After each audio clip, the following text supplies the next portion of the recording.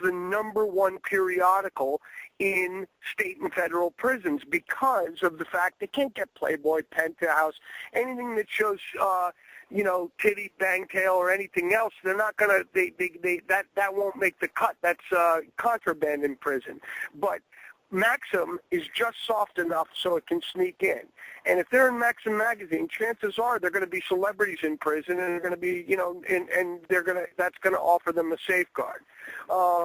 Chances are. It's not always the case. I had one guy call me up and you told me I was going to be a hero in prison, and I just got my ass kicked. And I'm like, I'm sorry, dude, but, what are you going to do? Just do your time and keep your head down, brother. That's all I can say.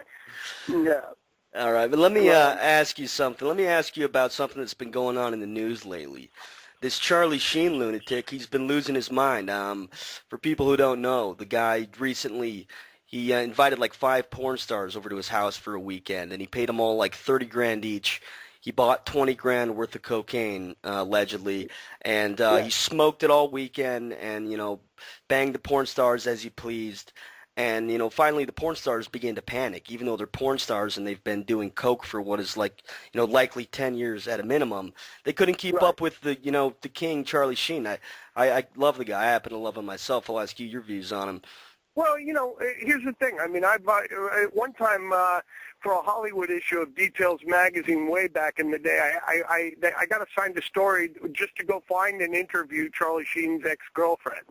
And I had a blast. I mean, I was interviewing a well-known stripper porn star in the bathroom of the Spearman Rhino in Oxnard, California. I just had a ball with that one. Now, here's the irony. I'm trying to sell an unauthorized biography of Mel Gibson right now, okay? It's out to 24 publishers, and they're all passing like motherfucking dominoes. They're not buying my book. Now, one day, I promise you, you will see this proposal I wrote. And, it's literally one of the most persuasive arguments to write a book about a living, breathing icon, right? Well, he, in his private moments, waking up on the wrong side of a bottle of scotch, Mel Gibson starts, with the anti-Semitic blather. Forget about how they're trying to tar him with homophobia and everything else. That Hollywood line, and and that apparently is the line, the taboo, the line you don't cross. And then the stuff with that Oksana chick, that had his baby mama, who was saying that he was beating on her stuff and stuff those incredible like that. And phone messages. Right, and you heard the phone messages, and yeah, they're pretty reprehensible. But first of all, that's a private phone call that it's illegal to tape without his consent. Now, you could make the argument that you feared for her life, and she may have an out with it there, but there's a lot more to that story than what's on that phone call. And I can't sell that book because what's going on? Well, he crossed the line. You know what I'm saying? This is an icon with a career that nobody can touch, and I cannot sell that book. But at the same time, Charlie Sheen goes out and does all this stuff, and they throw more money at him. The network coddles him and cossets him and upholds him. And you know what? Truth be told, the network would prop him up until his last ancillary market is exploited and until he drops dead. No kidding. Yeah, I mean, and see, that's the thing. As years ago, I did a movie with Charlie Sheen. I mean, way back. I've known the guy since he was 15 years old, and his brother, and his brother being Emilio Estevez, and I've got nothing really bad to say about him except that, I think he needs a wake-up call along the lines of Robert Downey Jr., who had to do some time alongside Charlie Manson and Sirhan at Corcoran State Prison, for him to get a wake-up call. You know what I'm saying? It's like, the guy is clearly in the throes of an addiction that's going to take him down. The guy's an absolute savage, and, he is a rare bird in the sense that, you see a lot of these celebrities that are all, they're doing so much drugs. He goes out and he does, $20,000 worth of coke in a weekend, but then you see him in the news the next day, and the guy appears to have his shit together as far as I'm concerned. And he's taken, this show Two and a Half Men, which is a very average writing, and he's made it the number one show of all time. I mean, the guy's clearly very talented, and that's why he's going to be coddled to, even though this addiction's going to kill him. But it's Yeah, just, listen, it's typical of Hollywood, and that's the thing. And I've seen it time and time and time again. By the way, you hear some beeping in the background. I know this isn't great for the podcast, but that means my phone is it could go out, within the next few minutes. So I was just wanna about make to sure wrap we it up. No, yeah, hit on any point you want. We'll talk till it goes out, and then you can just blast me when it does go out for not being prepared. No. But let's go. Yeah, hit on Absolutely anything you want. All right. I was just gonna say, I was gonna, finish just by saying Charlie Sheen, the guy is a lunatic, and I mean, hopefully he gets his shit together. I was just, do you ever talk to Trey Parker or Matt Stone any time, just casually? Do you guys ever? Yeah, I saw him at a wedding.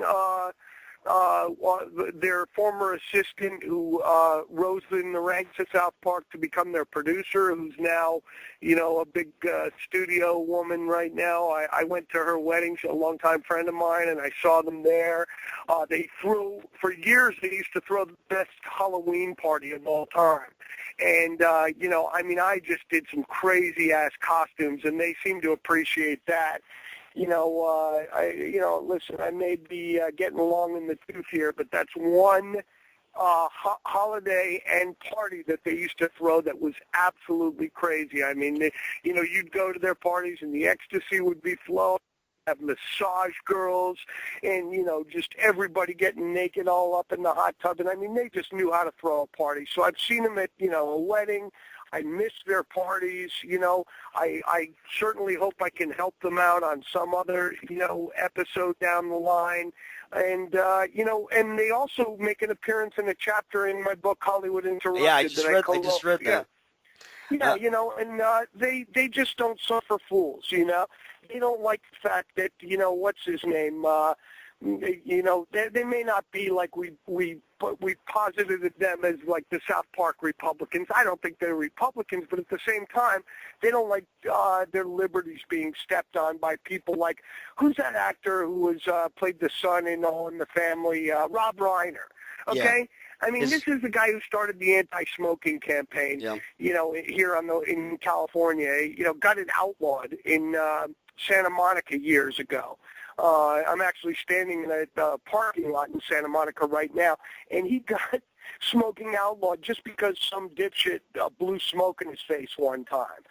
Neither of them smoked, but at the same time, they resented that some asshole like Rob Reiner could infringe on people's rights to do what they want, And only because he was in a fit, because some guy blew smoke in his face.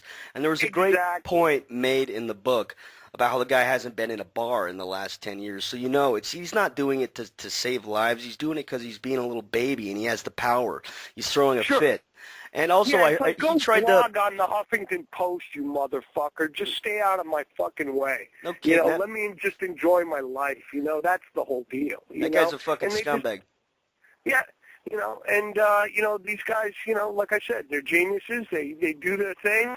They make a great television show. I love their movies, and I just love being around them. Enough good about the South Park boys. Mark, I just want to thank you for coming on the podcast. I really appreciate it. I can't even tell you. Listen, anytime. We'll pick it up. Like I said, May 3rd, we have Your Husband. That book comes out. Listen, any of your listeners can reach me direct via www.hollywoodinterrupted.com or just email me directly, markebner59@gmail.com. And let's keep the dialogue going, Joey. I really appreciate it. It was great talking with you, brother. Thanks a lot for coming on, man. I really appreciate it. I'd love to have you back on. Again, people, that's HollywoodInterrupted.com, one of my favorite websites. Thanks a lot for coming on. Have a nice night, Mark. You got it, man.